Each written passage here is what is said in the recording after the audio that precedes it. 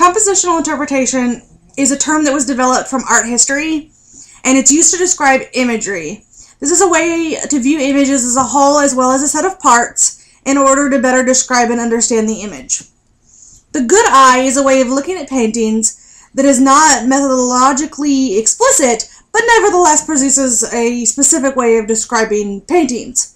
Many of these concepts are used when creating image, i.e. photography, and are taken by the audience after the image has been created in order to describe the image for content. In order to develop the good eye, you need to set a lot of contextual information, such as the knowledge of painting and styles. In order to develop a sense of compositional interpretation, one must look at paintings, art, for what they are rather than what they do. Looks at the image itself and its composition in order to understand the image's significance. Limited because it is just looking for what they are and it leaves out the means of production and other interpretations and social contexts, and examines the content in the form of images. Even though compositional interpretation focuses mostly on composition, it also focuses on production. The history of an image helps the viewer understand the context, which could help determine and understand the content. The social modality of an image's production, who commissioned the image, why, the artist, where the painting has been, and who owned it previously, or provenance, or the technological modality, which materials were used to produce the image and what techniques were used. This particular image is called The Head and Shoulders of Jesus, and it was created by Warner Salman. He was born in 1930. He was born April 30th, 1892 in Chicago. Through the encouragement of a business associate, Salman enrolled in Bible school, and he recalled a conversation with the dean of the school, Dr. E.O. Sellers, which had an image on his impact of this image of Christ. The dean said, "Sometime I hope you give us your conception of Christ, and I hope it's a manly one. Most of our pictures today are too effeminate." In 1924, Salman produced a sketch for a magazine cover that portrayed a strong yet serene image of Jesus. This sketch was the basis of what would become Salman's most recognizable oil painting, The Head of Christ, in 1941, which has been reproduced an estimated 500 million times and is currently hanging in the Anderson University Christian College in Indiana. So we know some background of the painting, which helps us understand its context. It's why Jesus looks a little bit more masculine than other previous images of Jesus.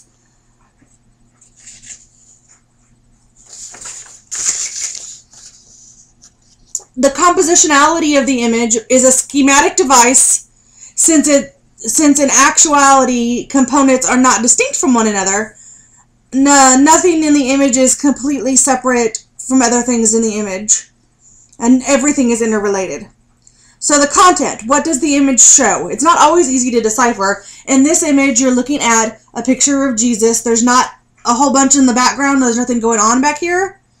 But it's Jesus's face, neck, and shoulders.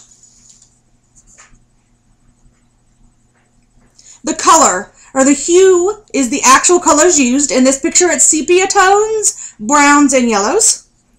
The saturation or purity of the color in relation to its appearance in the color spectrum. High saturation refers to a color that is vivid in relation to its hue, and low saturation is a color that is neutral in relation to its hue, and this painting has a lot of low saturation. The value is the lightness or darkness of a color. The darker the color, the lower the value, and this has mixed value. So low value here, high value here.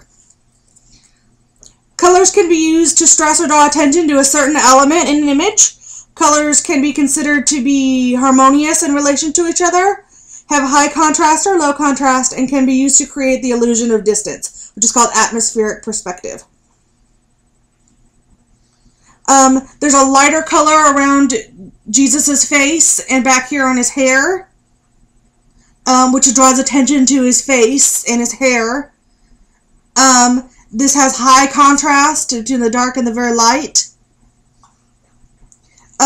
There's not a whole lot of distance, although you can tell that Jesus has broad shoulders from the angle. The spatial organization is the organization of the space within the image. It's the head and shoulders of Jesus, and his face is very central to the image itself in relation to the rest of the frame.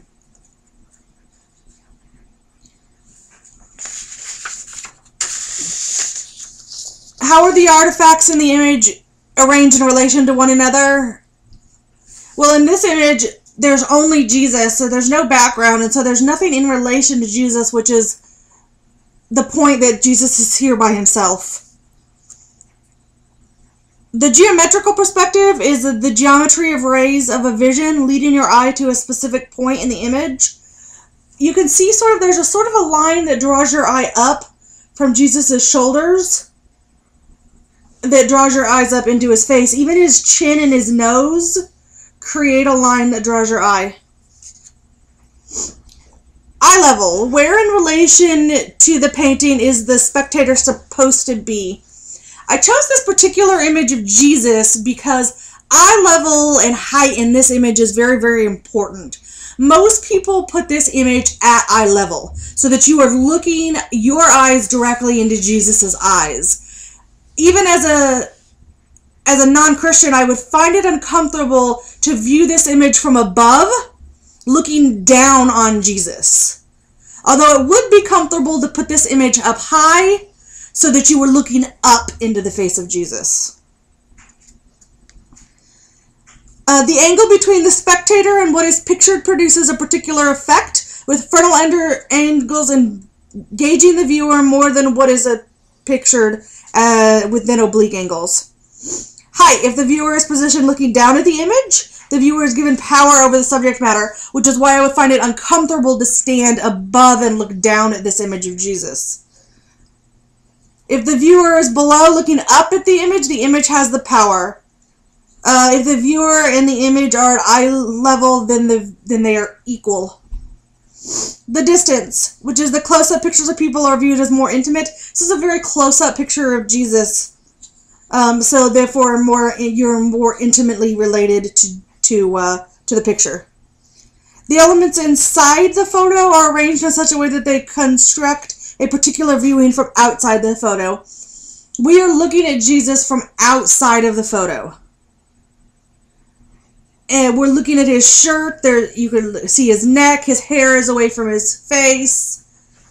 These all make a particular viewing of Jesus.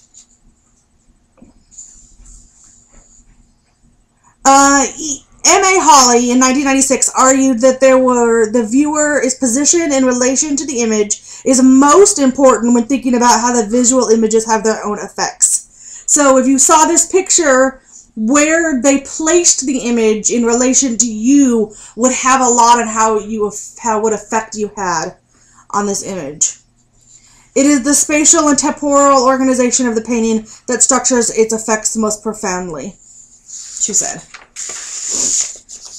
Focalizers are the visual organization of looks and gazes. This has a lot of focalizers. Jesus is looking to the right of the painting. You can follow his gaze off. He's looking up and off somewhere. You can only assume what is out here on the side of the image. Light is related to both color and spaces. Again, all aspects of the images are interrelated. So light affects color, which affects content, which affects the feeling, which affects the meaning, etc., etc., etc. This picture seemingly has two light sources.